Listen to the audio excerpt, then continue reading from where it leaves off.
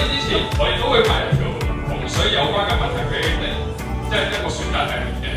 咁咧，你哋有呢個問題之後咧，我哋會倒數3秒先開始計時，即係俾你哋做問，喺30秒內用完呢4杯水之後再答問題，即係俾你哋一個有思考嘅時間同埋一個遊戲嘅時間啦。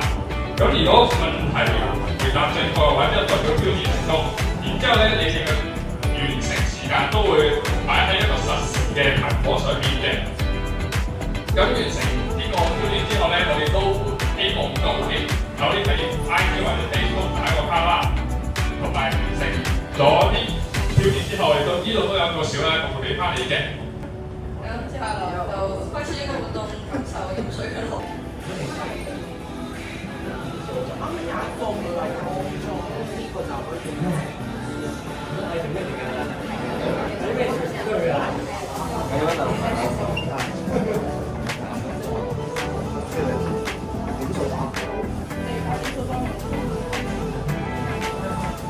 同樣都係第5題。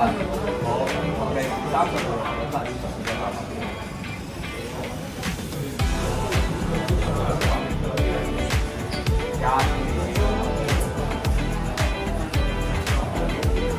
20秒，20秒，15秒，10秒，9秒，8秒，7秒，6秒，5秒，4秒，3秒，2秒，1秒，好，20秒啊，挑戰成功啊！目前嘅第一位嗰個公牛，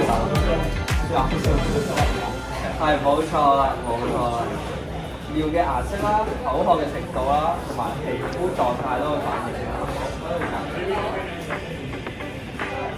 20秒。叫咩名啊？你咩名？點樣稱呼你啊？點稱？好，一個美白嘅女。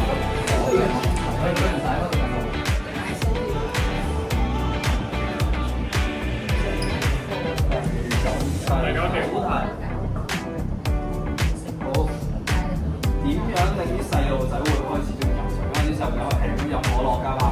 你認為最好嘅方法係咩咧？攞3秒，好，睇完個台面先。好，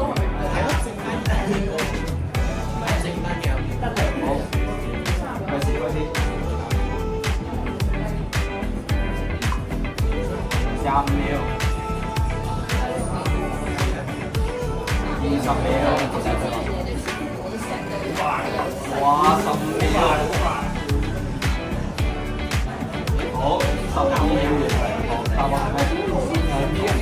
係冇錯，就透過加啲顏色啊，可能水果皮唔同嘅形狀，嗰啲樽啊，或者啲遊戲同佢配搭，令到佢中意飲水，冇錯啦，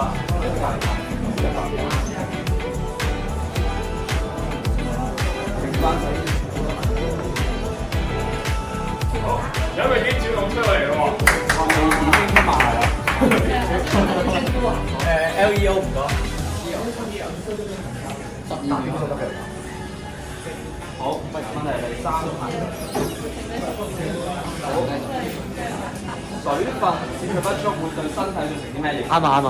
好，開始。唔係0.100。